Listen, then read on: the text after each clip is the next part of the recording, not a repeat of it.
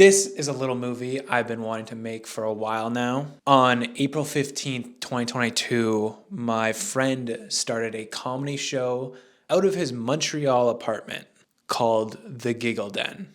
Okay, what is The Giggle Den? The Giggle Den is a great show that I put on.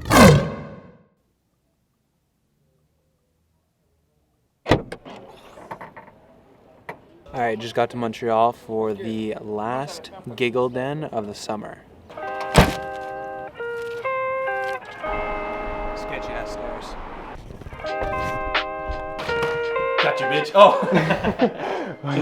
What's up, baby? How are you? Everybody who's been here has seen all my jokes 100 times. So I have to write new jokes. But I don't always have time to write new jokes. Tonight I'm gonna go up with my stuff, and I was practicing it before you got here, and it was politically incorrect, a lot of it. If I have this beer, I want this. I want this badly. Okay, this is the next day. Post summer end Giggle Den. How we feeling? Pretty good. I like that the name rhymes / sounds the same. Giggle Den, summer end. Giggle Den, the next saga. Giggle Den 2, the giggling. Since you've been dying to see it, I'm going to give you the tour of the show venue. Let's check it out. This is the front entrance. This right here is a fridge where we keep beer. This where I'm about to go down is the sketchiest staircase ever. Whoa. This is the stage. It is pretty electric. This is what you look out and see from the stage. This is where the audience sits. It's pretty freaking cool back here. Kind of makes you want to laugh. What are you most proud of with the show? The Giggle Den is a comedy show that I put on. Initially, its intention was just to give me more mic time, but as it grew, what it ended up being is a place that I had the power to give stage time to artists that I thought were underappreciated in the Montreal comedy scene. Artists that I thought were really fucking hilarious that weren't getting enough time. What do you think makes the Giggle Den so special? I think I'm a big part of it. This is a really big tree, which is pretty cool. This right here, merch table. And I really just want to get some shots of the backyard to show you what we're living like back here.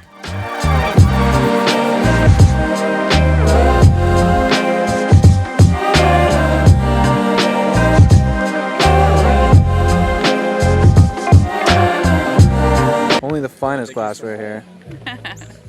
People that come back, the fans, shouts out. I'm really happy that everyone is like really into it and comes a lot and stories it and stuff. That's like something I really like. I'm really happy that everyone enjoys it.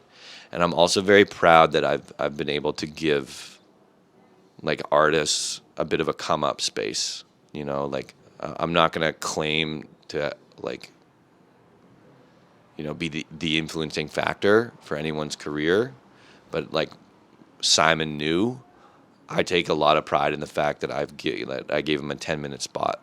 You're doing the door tonight? Yeah. People are starting to come in. Lucas, how are we feeling about security tonight? Feeling pretty good. I don't think there's going to be a lot of trouble, you know. Never know, though. We never know. Okay, Tom, how long till showtime? Well, it must be about 7:15, so 45 minutes. How are we feeling? Pretty good. I didn't prep my set that much, so I'll probably do the... Oh, look, there's people coming in and film it. You gotta pass the door, you... Power goes right to your brain. I talked to multiple people last night that were saying the production value was higher than they could have ever imagined. It's kind of insulting. Yeah. So for their show is set up way better than I thought possible. We're about 3 minutes from showtime. Vibes are immaculate.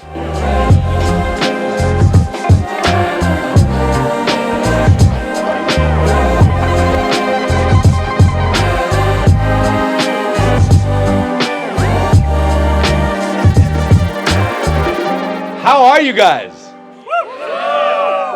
Oh, a bunch of saucy bitches. We like it. This is probably the biggest, this is the biggest Giggle Den audience we have ever had, full stop. So fucking give it up big for yourselves. Let's go. Dating is hard. But some people make it harder, okay? I was on a date with a lady and I said, what do you do? And she goes, I'm a rapper. And I was like, great. Do you have any albums, fans, songs? She goes, no. Shocker. I was like, hot take. I don't think you're a rapper. She goes, how will I ever become a rapper if I don't call myself one? And I said, oh my God. Thank you for not being a doctor. Give it up big for Jeremy Anderson, everybody. Hell yeah. Woo!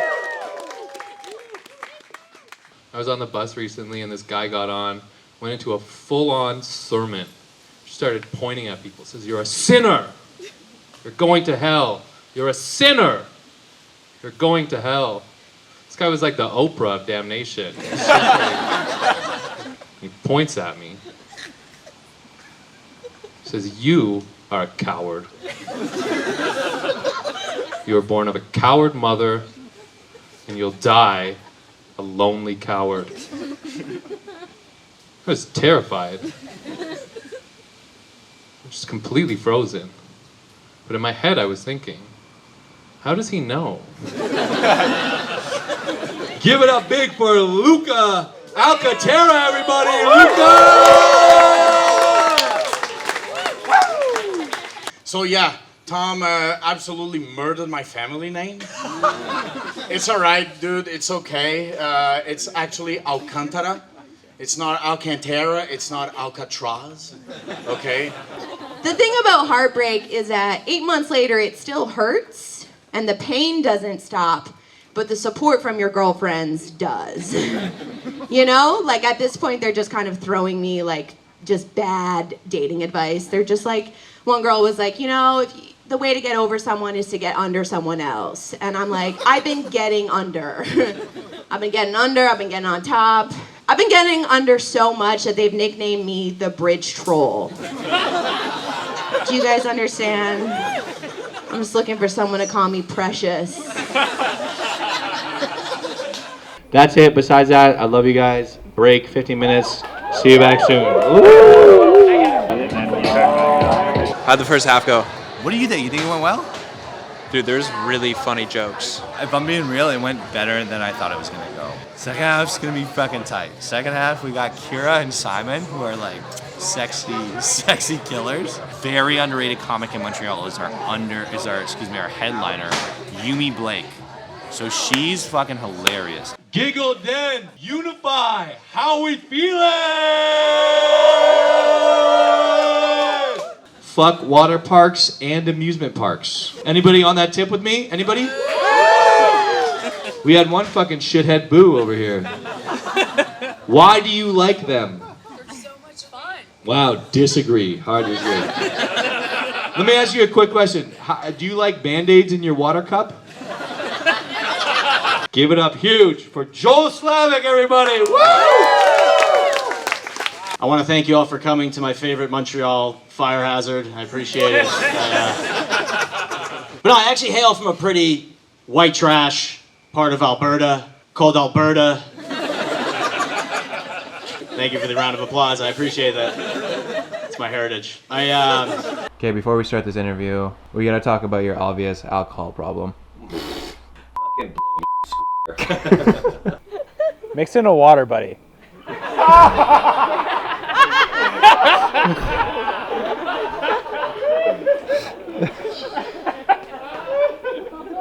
It's really great to be here. Hey, that's my friend, Matt Dickey. Great. I know that I look like if instead of a carpenter, Jesus was a Bitcoin miner. I just want to get that out of the way. I had a rough childhood. My parents were like really like supportive, like abusively supportive. Like my dad, that's literally my dad. Like that is my father. Like that is Bob New. I want you guys all to meet him. Actually make some noise. Yeah. Growing up with this kind of support as an adult, I deal with just thinking that all of my ideas are good. Like in high school, I decided I was going to become a rapper. And my parents were just 100% behind me. They were like, we love our little rapper boy. But But I find Irish Catholic people that they're very aggressive in a covert way. You know, it's just like Irish people are just very like nice, but like underneath there's just like this like rage.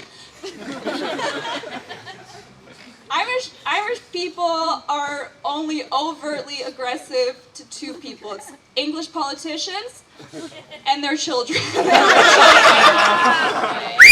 right, so you know it's. I think the thing that was most impressive about all of this was that Tom was able to take this show from 20 people in his living room to 90 people in his backyard in a couple months over one summer.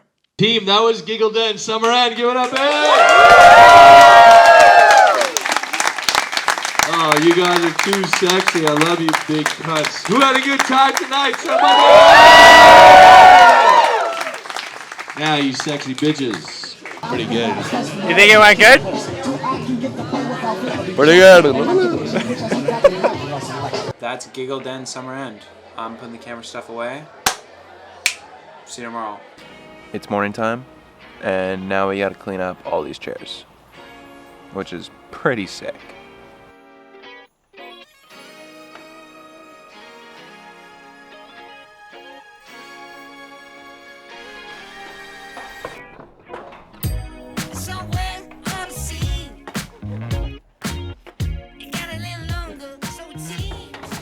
Anything else you want to share about the show? You want to talk about? I want to thank everybody for involved. I want to thank my girlfriend, Caitlin. She has supported me a lot.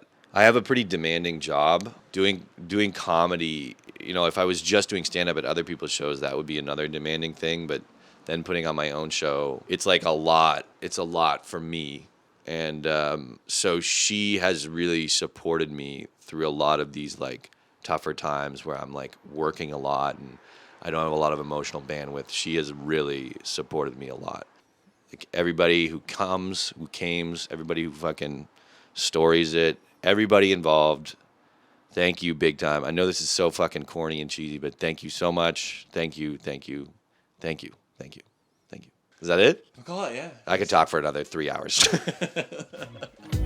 I burned out, so to speak. Now come a little closer.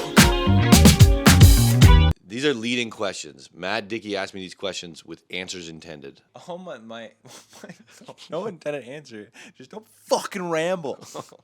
That's a tall order, bro. That's a big ask.